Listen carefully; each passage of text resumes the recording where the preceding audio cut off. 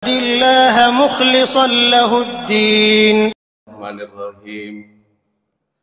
Assalamualaikum warahmatullahi wabarakatuh.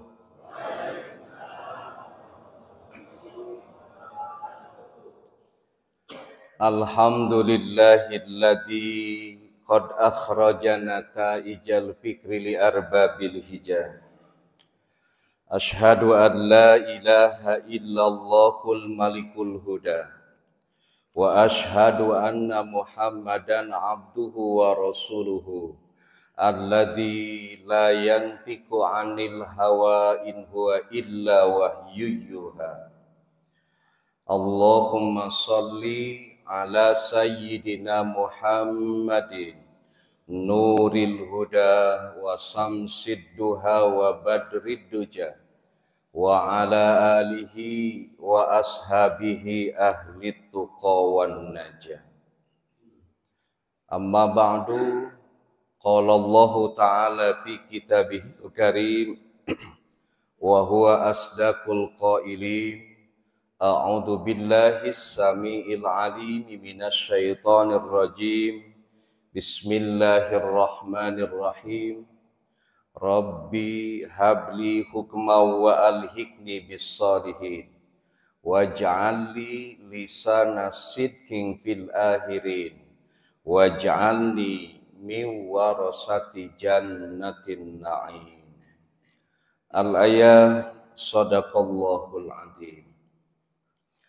Al-mukarramun, para alimil ulama, para kiai, para ustadz, wabil khusus Bapak Ketua DKM beserta segenap jajaran kepengurusannya, Pak Ketua RW beserta segenap jajaran kepengurusannya yang saya cintai, saya hormati dan Allah muliakan, teriring doa tulus semoga seluruh pengurus DKM dan pengurus RW senantiasa diberkahi dan dirahmati oleh Allah Subhanahu wa taala.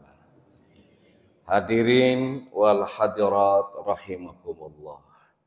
Daramang sadayana bapak-bapak, ibu-ibu.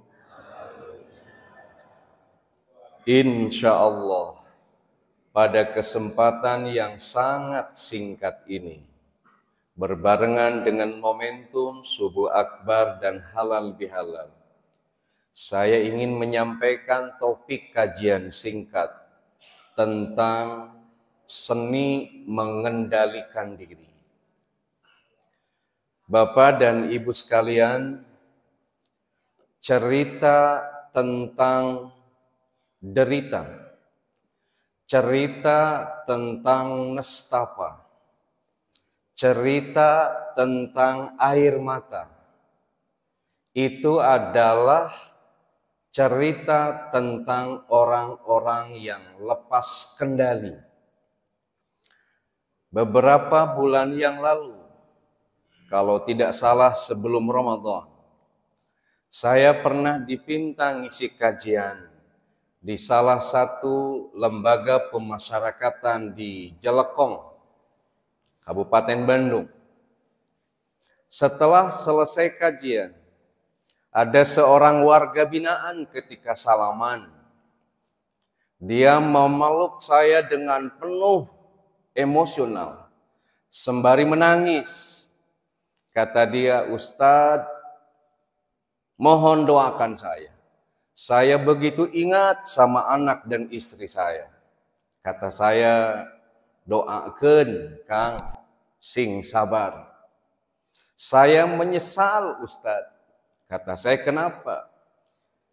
"Istri saya yang begitu sangat baik, sayang sama saya, sayang sama anak-anak saya, tapi kenapa dia harus tewas di tangan saya sendiri?"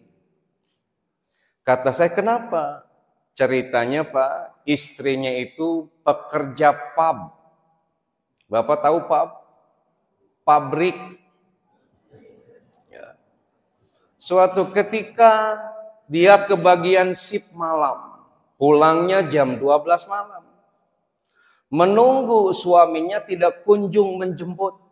Nampaknya suaminya tertidur. Karena sudah terlampau lama, hampir menjelang jam 3 subuh. Di depan pabrik dia ketakutan nunggu sendiri. Akhirnya ada satpam yang baik hati mengantarkan pulang ke rumahnya. Sampai di rumahnya ngegedor pintu, suaminya kaget sebab dia ketiduran. Lalu bertanya tentang siapa yang menghantarkannya. Istrinya bilang dihantarkan oleh satpam.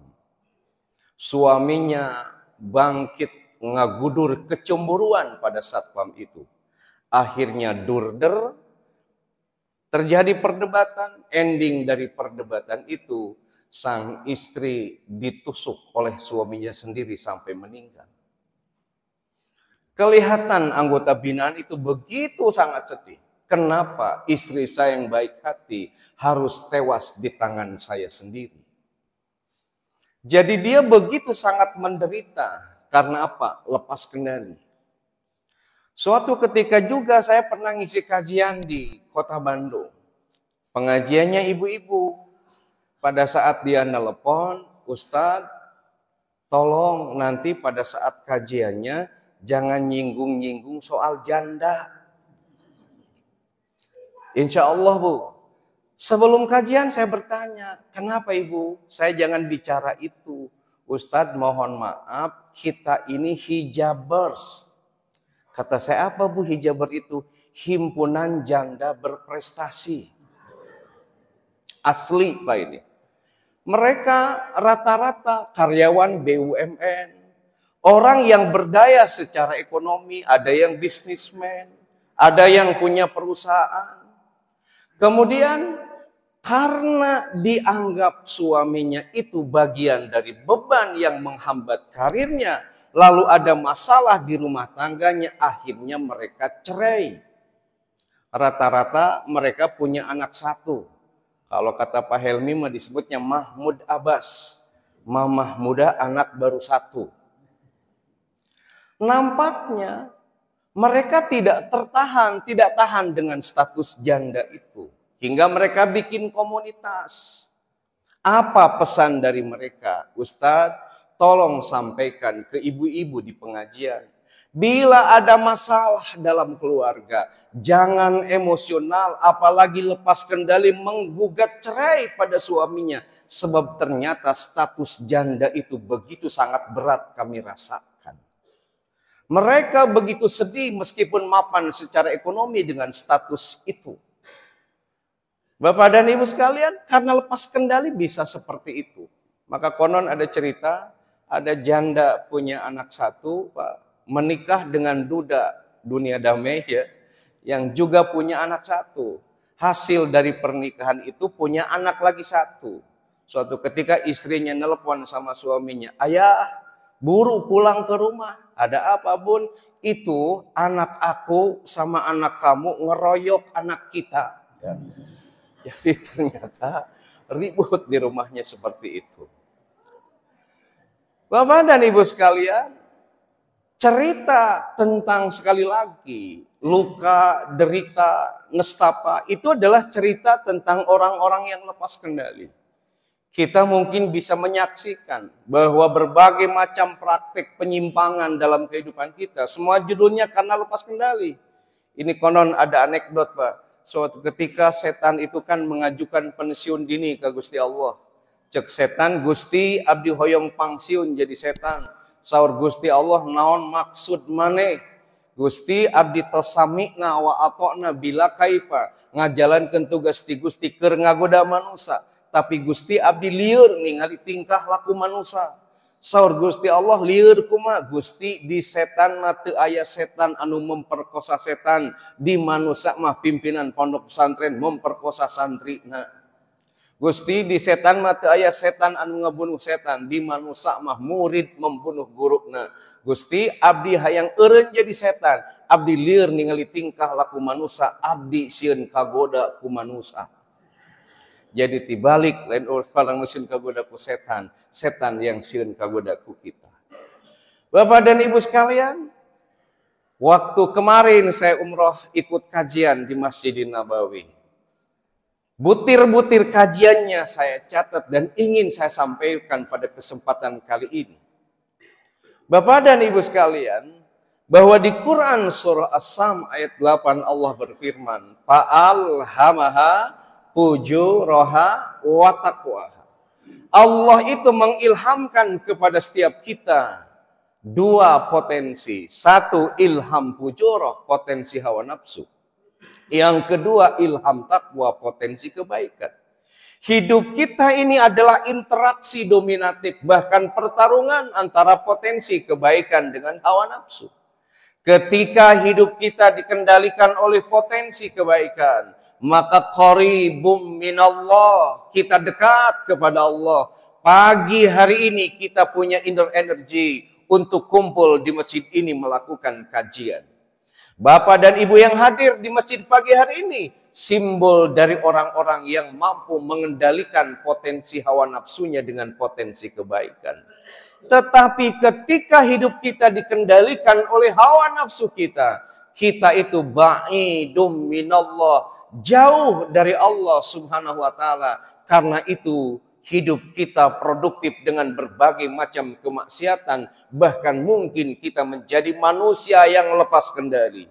Karena itu dalam Quran surah Al-Kahfi ayat 28 kata Allah, wala tuti man aghfalna qalbahu an dzikrina wattaba' hawahu wa kana amruhu furuta. Janganlah sekali-kali kita tunduk patuh.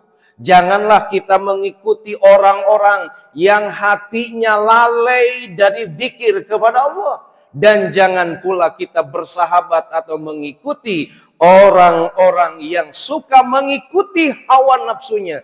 Kenapa? Wa kana amruhu furuta. Karena itu akan menghantarkan kita menjadi manusia-manusia yang melampaui batas.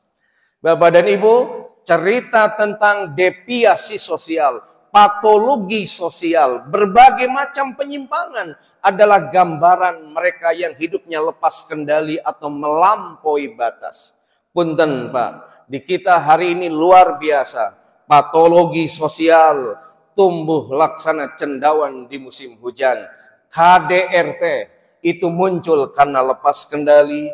Kemudian pelakor dan pebinor yang luar biasa begitu membudaya hari ini lahir karena lepas kendali.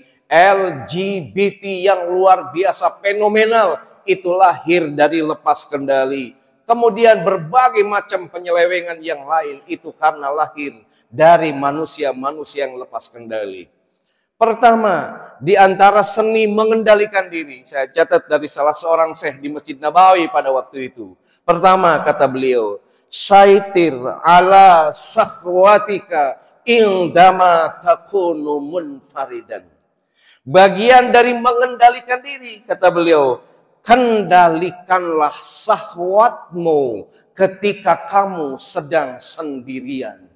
Saya ulang, syaitir ala syahwatika indama takunu munfaridan.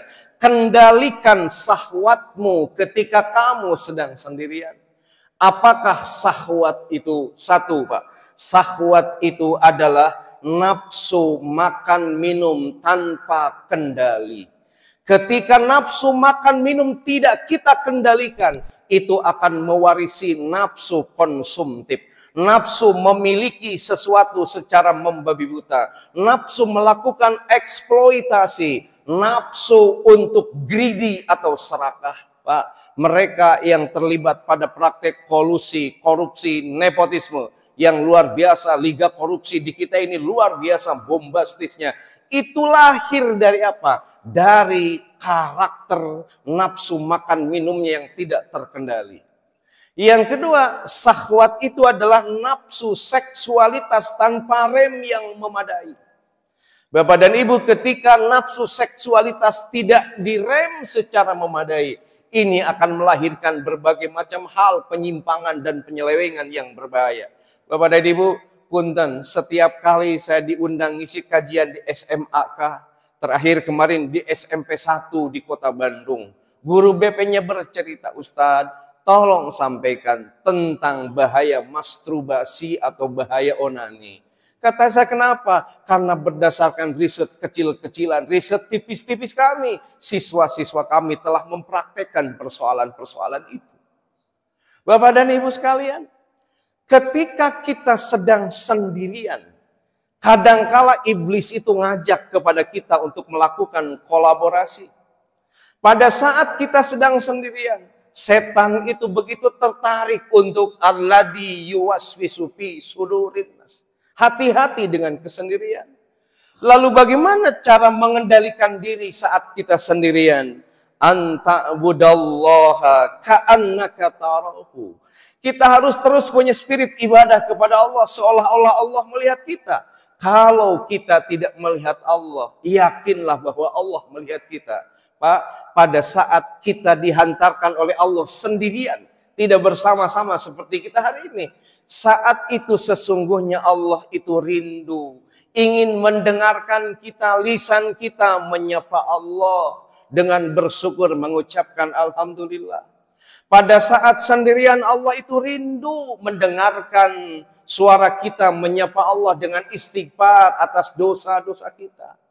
Bapak dan Ibu sekalian, berdasarkan Quran surah Al-Baqarah 255 bahwa Allah itu la ta'khuduhu sinatu wala naum. Allah itu tidak ngantuk dan tidak tidur. Bahkan wa huwa ma'akum ainama kuntum. Allah itu menyertai kita kapanpun dan dimanapun kita berada. Tidak hanya itu, dalam Quran surah Qaf ayat 18, ma yanfidu min qaulin illa ladaihi raqibun atidun. Allah tuh punya dua kamera basoriannya, punya dua CCTV-nya, malaikat raqib dan atid yang memantau setiap apapun yang kita perbuat. Kita dalam pengawasan Allah. Makanya ada nini-nini nyarios Ustad, kapung kurma upami ka supermarket nyanak arto 10.000 teh, kenging gula 1 kilo, kenging minyak 1 kilo, kenging tarigu 1 kilo. Ayeuna mah teu tiasa Ustad. Kunaon ini? Aya CCTV ayeuna. Sing goreng ka supermarket nanti sok mutil. Jadi Bapak dan Ibu, ketika merasa dipantau oleh Allah, ada rem kendali dalam diri kita. Tidak hanya itu, bahwa apapun yang kita lakukan, wala ta'maluna min amalin illa kunna alaikum syuhuda. Allah menyaksikan kita. Tidak hanya itu, wallahu ya'lamu ma fi qulubikum. Allah tahu apapun yang kita sembunyikan dalam hati kita. Jadi Bapak dan Ibu sekalian, ketika kita merasa dipantau oleh Allah, maka di ruang kesendirian kita insya Allah tidak akan terjebak untuk mengikuti hawa nafsu atau syahwat kita. Tetapi mohon maaf Bapak dan Ibu sekalian, ketika di ruang kesendirian, kita tidak yakin Allah hadir, kemudian kita terjebak untuk berbuat dosa. Ada satu riwayat yang begitu berbahaya. Suatu ketika Sauban mendengar Rasulullah SAW bersabda. Kata Rasulullah bahwa nanti di akhirat akan datang dari kaumku menghadap kepada Allah, ya'tuna yaumal qiyamah, menghadap kepada Allah di hari kiamat, bihasanatin, orang itu membawa amal kebaikan, ka'amsali jibali tihamata bidon, saking banyaknya amal kebaikannya itu seperti gunung Tihamah yang berwarna putih. Jadi kata Rasulullah, nanti ada umatku menghadap pada Allah di hari kiamat, membawa amal kebaikan. Saking banyak amal kebaikannya, persis seperti gunung Tihamah yang berwarna putih. Kalau metafornya gunung berarti, apa Pak? Besar atau kecil? Besar. Begitu banyak. Tapi kata Rasulullah, amal orang itu yang banyak, Allah habaan mansur. Allah tolak hingga persis seperti debu-debu yang berterbangan. Maka qala Sauban berkata pada Rasulullah, ya Rasulullah, sibhum lana, jallihim lana ya Rasulullah. Beritahu kami, jelaskan kepada kami. Jangan sampai kami seperti orang itu, karena kami tidak tahu kenapa bisa seperti itu. Kata Rasulullah, mereka yang datang di hari kiamat kepada Allah membawa amal kebaikan yang begitu banyak itu adalah saudara kalian dari kalangan umat Islam, dari circle kalian, di mana ketika kalian sholat orang itu juga sholat. Ketika kalian sholat malam, orang itu juga sholat malam. Ketika kalian puasa, orang itu puasa. Hanya saja ketika dia di sendirian, dia melakukan sesuatu yang dilarang oleh Allah Subhanahu wa Ta'ala. Pak, mohon maaf, sebanyak apapun amal kebaikan kita, tetapi ketika dalam kumpulan yang banyak kita seolah-olah beribadah kepada Allah, namun di ruang kesendirian dia melakukan kemaksiatan, melanggar apa yang Allah larang, maka mohon maaf, sebanyak apapun amal kita, haba'an mansura, nanti sia-sia di hadapan Allah, persis seperti debu-debu yang berterbangan. Kenapa demikian? Sebab itu ironi. Kenapa demikian? Saur orang Sunda mah nyolok mata bun celik. Allah hadir, Allah menyaksikan, Allah menatap, Allah maha tahu. Bukan kita menyebut nama Allah, malah kita berbuat kemaksiatan. Hati-hati dengan kesendirian kita. Jangan sampai jadi orang-orang yang ironi seperti itu. Lagi rame ibadah, tapi lagi sendiri berbuat maksiat kepada Allah. Ini Pak, persoalan ironi itu persoalan yang muncul dalam kehidupan kita sehari-hari. Mana contoh ironi itu? Ada kalimat gini, tikus mati di lumbung padi, semut mati di lumbung gula. Itu ironi. Ironi berikutnya mana lagi Pak? Banyak ibu-ibu yang merawat fisik suaminya begitu telaten sampai ada filsafatnya ngurus badan suaminya itu 4 sehat 5 sempurna. Tapi hatinya disakiti. Ada nggak ibu-ibu yang kayak gitu? Fisik suami dirawat tapi hatinya disakiti.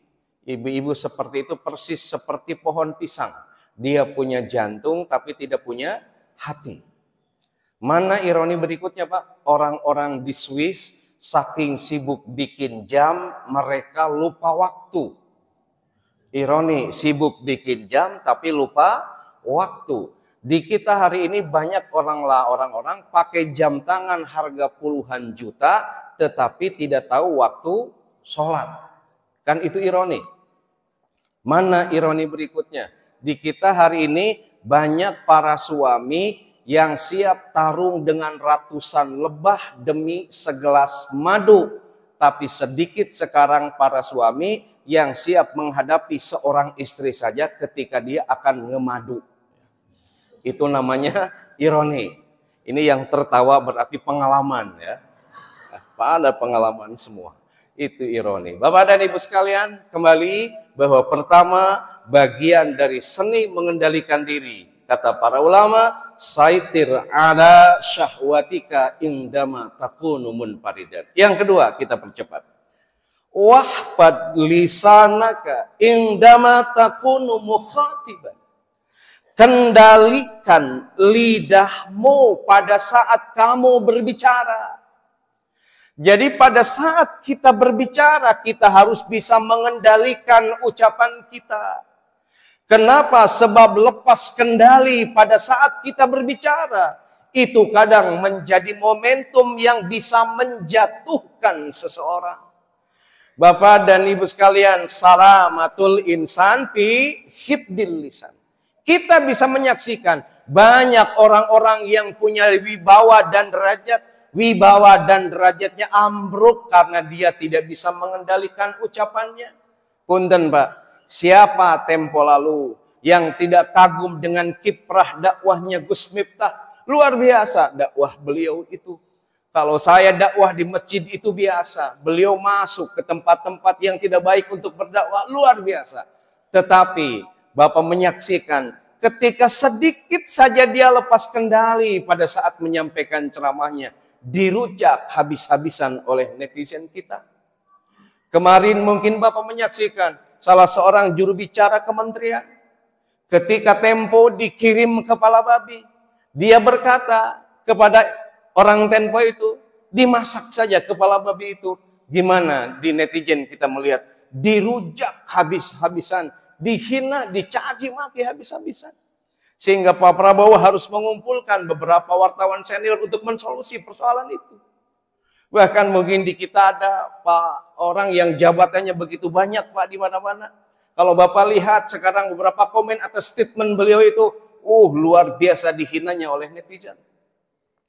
Punten mungkin Bapak tahu Pak Luhut Binsar Panjaitan dirujak oleh netizen itu hari ini.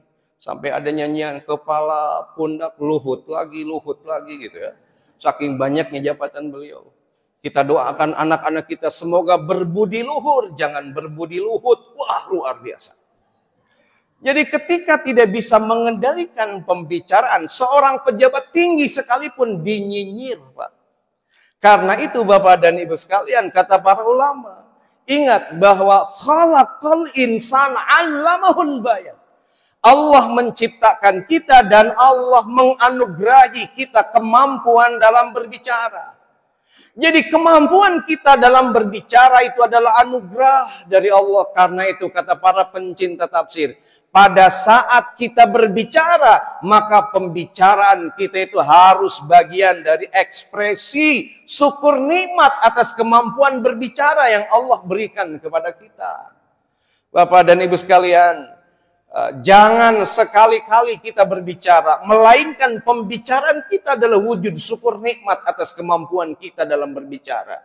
Mangga kita merenung sedikit, andai Allah tidak menganugerahkan kepada kita kemampuan dalam berbicara, bisakah kita ini seterhormat kita hari ini? Andai Allah menasibkan kita menjadi orang yang tunawicara, apakah prestasi hidup akan kita raih seperti yang pernah kita raih hari ini? Luar biasa, kemampuan berbicara adalah anugerah yang Allah berikan kepada kita. Karena itu, pada saat berbicara, jangan sampai nyinyir. Jangan sampai keluar dari misi kerahmatan kita, dari anugerah berbicara yang Allah berikan kepada kita itu.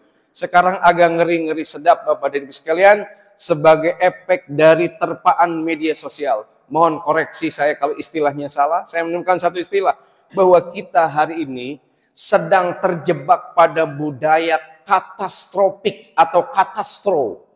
Apa katastro itu? Kita seringkali melihat orang lain, tapi berhenti pada aspek negatifnya saja. Tidak mau melihat aspek positifnya. Setelah itu aspek negatif itu kita produksi, kita reproduksi menjadi konten tertentu lalu didistribusikan secara masif.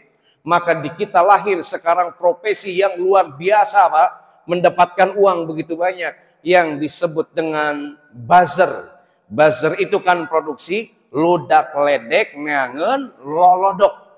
Jadi para buzzer itu hanya melihat tokoh tertentu, berhenti pada aspek negatifnya saja, tidak mau melihat hal yang positifnya, dan itu ngasih trickle down effect, efek rembesan pada kita, hingga kita pada saat melihat orang lain berhenti pada aspek negatifnya saja, tidak mau melihat aspek yang positifnya. Akhirnya omongan kita menjadi nyinyir, omongan kita menjadi padat dengan ujaran-ujaran kebencian, omongan kita kaya dengan caci maki dan hinaan pada orang lain. Punten, kan ibu-ibu upami kaondangan sok desas-desus ece kunaon eta panganten awewe mending ngabeleg-beg. Gitu. Kan seperti itu. Lain nu awena hukul, nu lalakina ge sarua. Eta irungna meuni demek. Wah, semua aspek negatifnya diomongkan, dinyinyir. Ibu dan bapak hati-hati. Punten, dalam hal mengendalikan lisan, kita bisa belajar dari aktivis mancing mania. Punten, di masjid Mukhlisin Alahuddin ada aktivis pemancing. Banyak ya.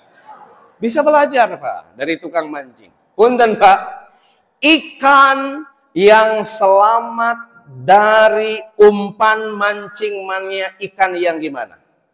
Ikan yang pandai menjaga mulut. Teka kaitnya apa Ilmi? Jadi ikan yang pandai menjaga mulut tidak akan terpancing oleh umpan sekeren apapun. Ibu-ibu bisa belajar dari teko. Mulut teko itu kecil. Selain untuk kepentingan estetika, itu juga fungsional.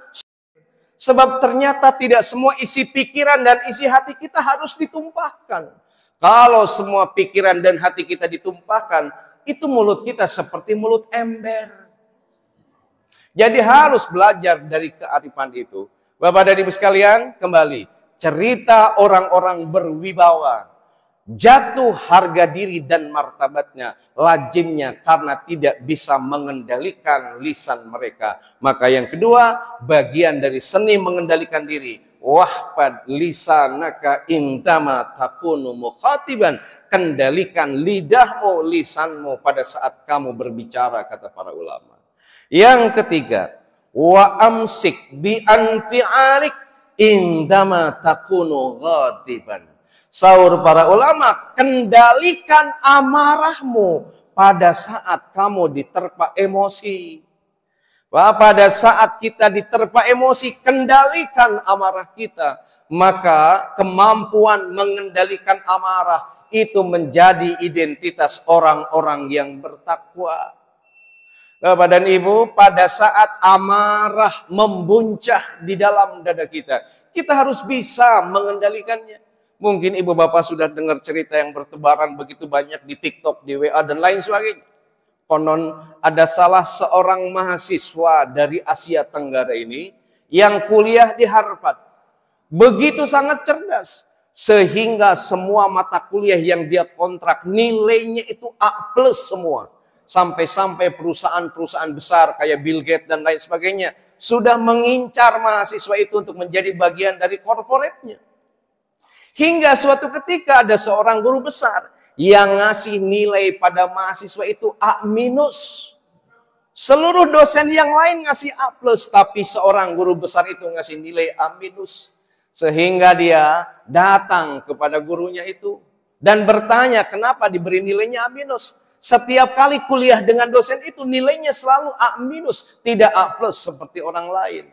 Guru besar itu memberikan sejumlah argumentasi. Nampaknya si mahasiswa yang cerdas itu dendam. Hingga suatu ketika mata kuliah dari dosen itu dikontrak lagi, nilainya kembali A-. Dia datang lagi untuk protes. Ujung dari protesnya mahasiswa itu kesal dan sang guru besar itu ditembaknya oleh dia. Hingga dia yang sudah digadang-gadang diterima oleh berbagai perusahaan besar di dunia ini harus berakhir hidupnya di dalam penjara. Semua menyayangkan prestasinya begitu hebat. Tapi kenapa dia tidak bisa mengendalikan amarahnya? Jadi Bapak dan Ibu sekalian, ketika amarah tidak bisa kita kendalikan, itu sangat berbahaya. Karena itu ibu-ibu dan bapak-bapak, kita bisa belajar dari Rasulullah SAW untuk mengendalikan amarah ini. Pertama, Bapak dan Ibu sekalian, amarah itu datangnya dari setan. Setan itu diciptakan dari api. Api itu akan padam oleh air. Karena itu, idza ghadiba ahadukum falyatawaddo. Ketika amarah membuncah di dalam dada kita, segera kita berwudu. Ibu tahu seorang sahabat Nabi bernama Bilal bin Rabah. Beliau dimimpikan oleh Rasulullah padahal beliau masih hidup, dikejar-kejar bidadari surga. Kaki Bilal sudah terdengar oleh Rasulullah melangkah di surga. Kenapa demikian? Karena Bilal selalu memanjangkan wudunya. Kenapa Bilal selalu memanjangkan wudu? Karena Bilal seringkali terpantik emosinya. Kenapa Bilal terpantik emosinya? Karena Bilal seringkali dibuli. Kenapa Bilal seringkali dibuli? Karena Bilal sahabat Nabi yang buruk rupanya, tapi Nabi amat mencintainya. Maka untuk mengendalikan amarahnya, Bilal selalu memperpanjang wudunya. Bila ibu sudah memperpanjang wudhu, masih kene kekeh ada emosi. Maka yang kedua kata Rasulullah Sallallahu Alaihi Wasallam, amarah itu datang dari setan. Setan itu takut pada Allah. Maka idza ghadiba ahadukum fasta'id billahi minasyaitonir rajim. Setelah berwudu banyak baca istiadah, a'udzu billahi minasyaitonir rajim. Bila sudah wudu masih kekeh ada amarah, rumus ketiga kata Rasulullah, gonta ganti posisi. Ibu bila amarah datang sedang berdiri, ibu duduk. Saat duduk masih keneh kekeh, mangkal sama orang lain, kata Rasul berbaring. Ya, setelah berbaring masih keneh gondok, maka ibu jalan-jalan. Ibu-ibu sepakat jalan-jalan? Kupingkeun bapak-bapak ya. Jalan-jalan. Ya, meskipun ibu yang baik, kata bapak-bapak, ibu yang tidak suka jalan-jalan. Kenapa? Sebab sorga itu di bawah telapak kaki ibu. Jadi kalau ibu banyak jalan-jalan, khawatir kaki ibu keseleo, nanti tidak ada sorga bagi anak-anaknya. Maka ibu yang baik menjedok saja di rumah. Ya.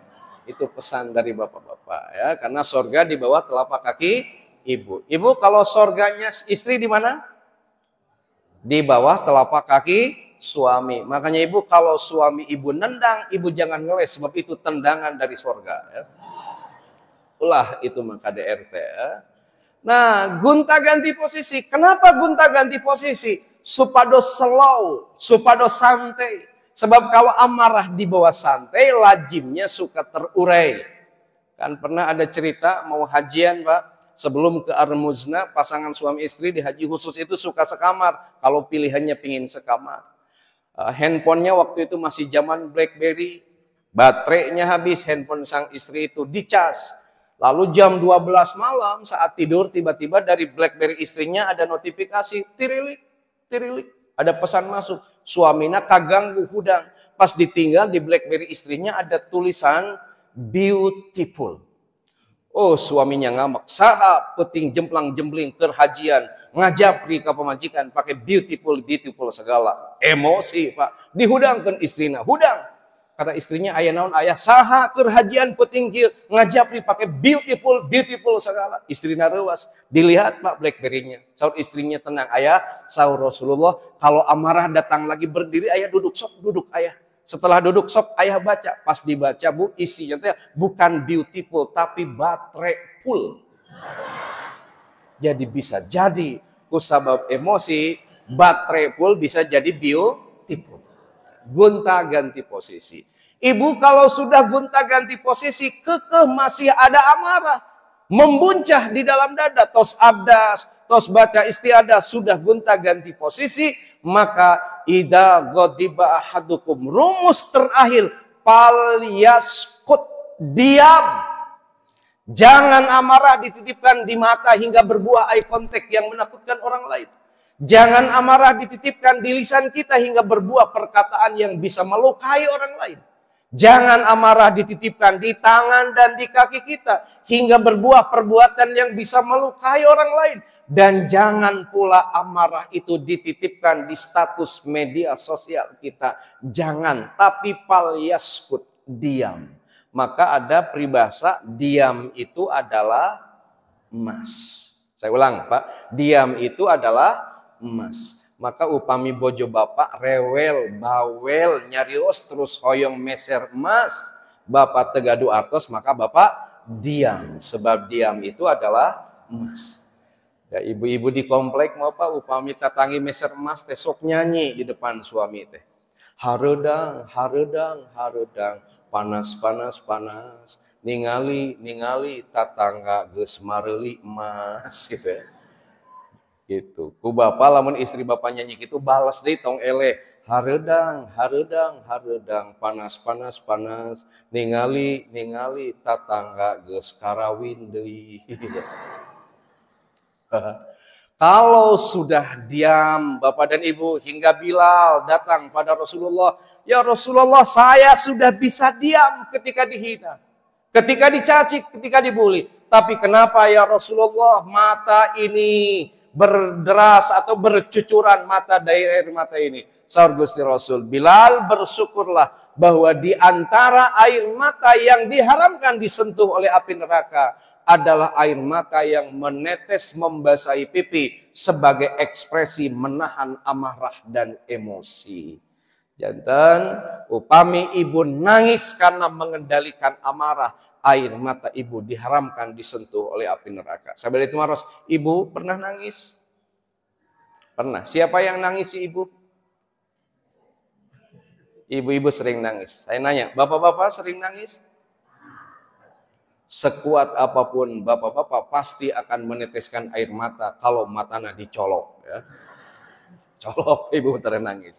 Bapak, jadi kembali kendalikan amarah. Berikutnya kita percepat. wa ahsin donnaka indama takunu dhaiqan. Sahur para ulama, kendalikanlah prasangkamu ketika kamu dihadapkan pada kesulitan. Pak, bila hari ini sedang sulit, kendalikan prasangka kita, tong buruk sangka ka Gusti Allah, sebab di balik kesulitan itu ada kemudahan. Ulangi, di balik kesulitan ada kemudahan. Mudah stres, mudah nyeri sirah ya Pak ya. Tapi yakin saudara Gusti Allah, inna ma'al usri yusra. Berikutnya, wasaitir ala nafsika indama takunu najihan. Terakhir, kendalikan egomu pada saat kamu menjadi orang yang sukses. Pak, pada saat Bapak sukses asli, suksesnya bukan suku parises ya. Jadi orang-orang sukses, kendalikan ego. Sebab orang sukses biasanya sok ungah adat. Kalau kesuksesan dibawa ego, maka lazimnya sukses jadi toksik, jadi racun dalam kehidupan kita. Mudah-mudahan kita semua yang hadir pada kesempatan pagi hari ini, Allah beri kekuatan untuk bisa mengendalikan diri. Hingga kita bukan manusia-manusia yang lepas kendali, tapi manusia yang full dengan rem yang memadai. Hingga demikian hidup kita on the track, di jalan dan di jalur yang Allah cintai dan Allah ridhoi. Amin ya Allah ya Rabbal Alamin. Dengan demikian hidup kita tidak hanya bahagia dan selamat di dunia ini, tapi juga bahagia dan selamat di akhirat nanti. Amin ya Allah ya Rabbal Alamin. Sekian dan demikian Bapak dan Ibu, terima kasih atas segala perhatian. Mohon maaf atas segala kekurangan. Wallahu waliyut taufiq wal hidayah. Assalamualaikum warahmatullahi wabarakatuh.